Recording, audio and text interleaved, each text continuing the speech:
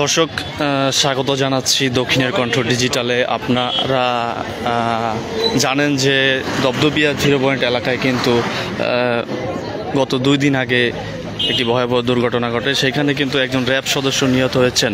দর্শক, এই মুহূর্তে আমরা অবস্থান করছি দপদপিয়া নলছিটি উপজেলার যে 0 পয়েন্ট এলাকা রয়েছে। 0 পয়েন্ট থেকে বেশ কিছু আগে, অর্থাৎ চৌমাথা থেকে কিছু দূরে বকুলতলা নামক স্থানে এখানে কিন্তু মাহিন্দ্রা দুর্ঘটনা ঘটেছে। অর্থাৎ মাহিন্দ্রা আর বাস মুখোমুখি সংঘর্ষে এখানে কিন্তু একজন স্পট ডেড, অর্থাৎ জায়গায় একজন মৃত্যুবরণ করেছেন। দর্শক, আমরা এই মুহূর্তে দেখতে পাচ্ছি যে এখানে কিন্তু উৎসুক যে জনতা তারা কিন্তু এই স্পটে রয়েছেন এবং এখানে আইন শৃঙ্খলা বাহিনী যারা রয়েছেন তারা কিন্তু এই মুহূর্তে উপস্থিত হয়ে তাদের কার্যক্রম পরিচালনা করছেন।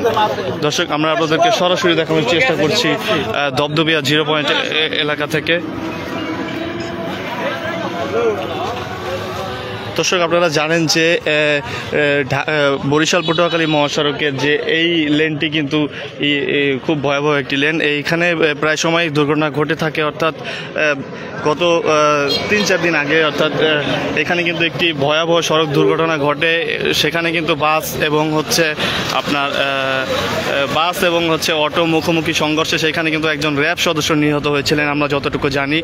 সেই ঘটনার আজকে 2 দিন পার না হতে আজ কিন্তু আবার এই যে দপদপিয়া 0 পয়েন্টের যে বকুলতলা নামক স্থান, সেইখানে কিন্তু একটি ভয়াবহ সড়ক দুর্ঘটনা ঘটেছে।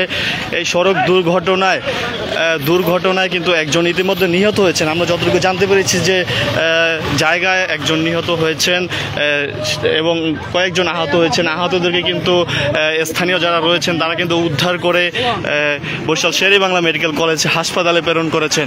দর্শক, আমরা আপনাদেরকে সরাসরি দেখানোর চেষ্টা করতেছি দপদপিয়া 0 পয়েন্ট এলাকা থেকে। এখানে কিন্তু মাহিন্দ্রা, আপনারা দেখতে পাচ্ছেন যে মাহিন্দ্রাটি এখানে কিন্তু পড়ে আছে এবং মাহিন্দ্রার যে অংশগুলো আপনারা যদি দেখানোর চেষ্টা করি, যে মাহিন্দ্রার যে অংশগুলো দেখেন যে বেশ ক্ষতি হয়েছে। আপনাদের দেখানোর চেষ্টা করি, আপনারা দেখতে পাচ্ছেন যে এখানে আইন শৃঙ্খলা বাহিনী, রক্ষাকারী বাহিনীর যে সদস্যরা রয়েছেন তারা কিন্তু এখানে উপস্থিত রয়েছেন।